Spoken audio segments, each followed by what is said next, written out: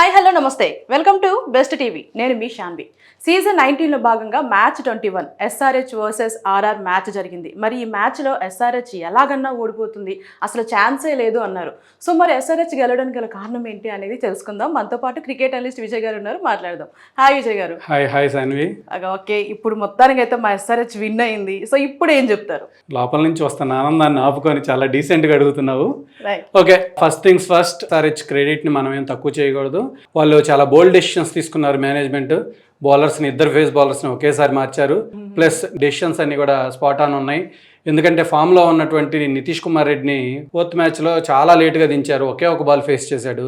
నిన్న మాత్రం చాలా పైన దించారు. అతను ఫామ్ను కంటిన్యూ చేశాడు. ఆ డెసిషన్స్ని మనం మెచ్చుకొని తీరాల్సిందే.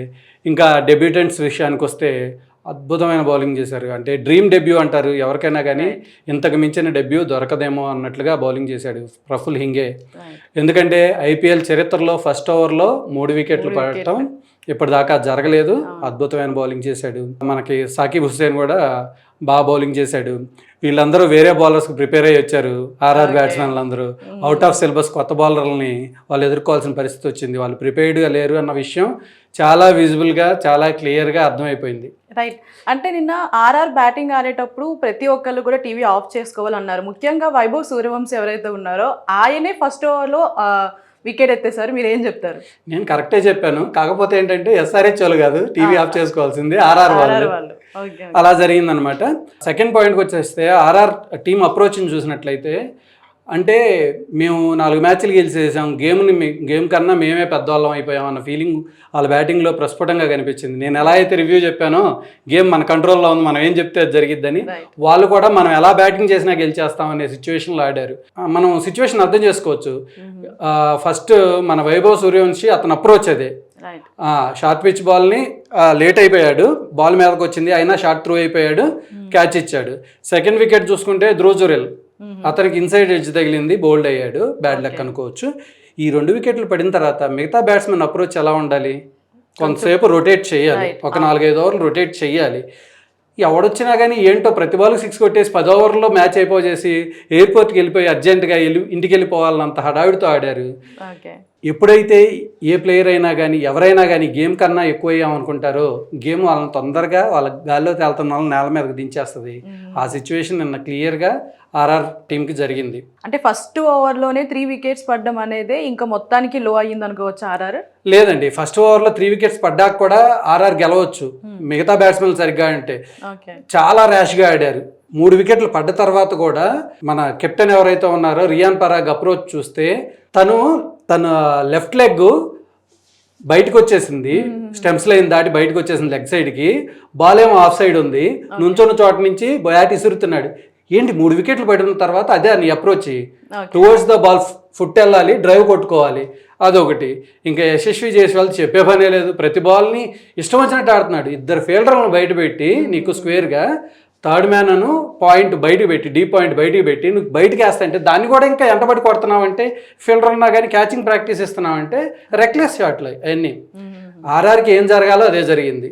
ఓకే, అంటే నిన్నటి వరకు కూడా అంటే మీరే చాలా మంది ఎస్ఆర్హెచ్ బౌలింగ్ ని చాలా తక్కువ అంచనా వేశారు. సో మరి ఈ రోజు ప్రూవ్ చేసుకుంది కదా, ఇప్పుడు ఏం చెప్తారు ఎస్ఆర్హెచ్ బౌలింగ్ గురించి? అంటే ఇప్పుడు ఎస్ఆర్హెచ్ ఆ సర్ప్రైజ్ ఎలిమెంట్ తోటి వచ్చింది. ఆ సర్ప్రైజ్ ఎలిమెంట్ నెక్స్ట్ మ్యాచ్ ఉంటుందని నేను అనుకోవట్లేదు. కాకపోతే కుర్రాళ్ళిద్దరూ చాలా బాగా మంచి లైన్లో బౌలింగ్ చేస్తున్నారు. వాళ్ళ ఎఫర్ట్ని మనం తక్కువ చేయాలనుకోవట్లేదు, కానీ వాళ్ళకి అన్ని వికెట్లు దొరకడానికి కారణం ఆ సర్ప్రైజ్ ఎలిమెంట్. వాళ్ళు ఆడతారని తెలియక వాళ్ళని ప్రిపేర్ అవ్వకుండా వచ్చారు. నెక్స్ట్ మ్యాచ్కి వచ్చే టీం ఏం చేస్తుంది? వీళ్ళ బౌలింగ్ అనలైజ్ చేస్తుంది, మళ్ళీ ప్రిపేర్డ్గా వస్తారు.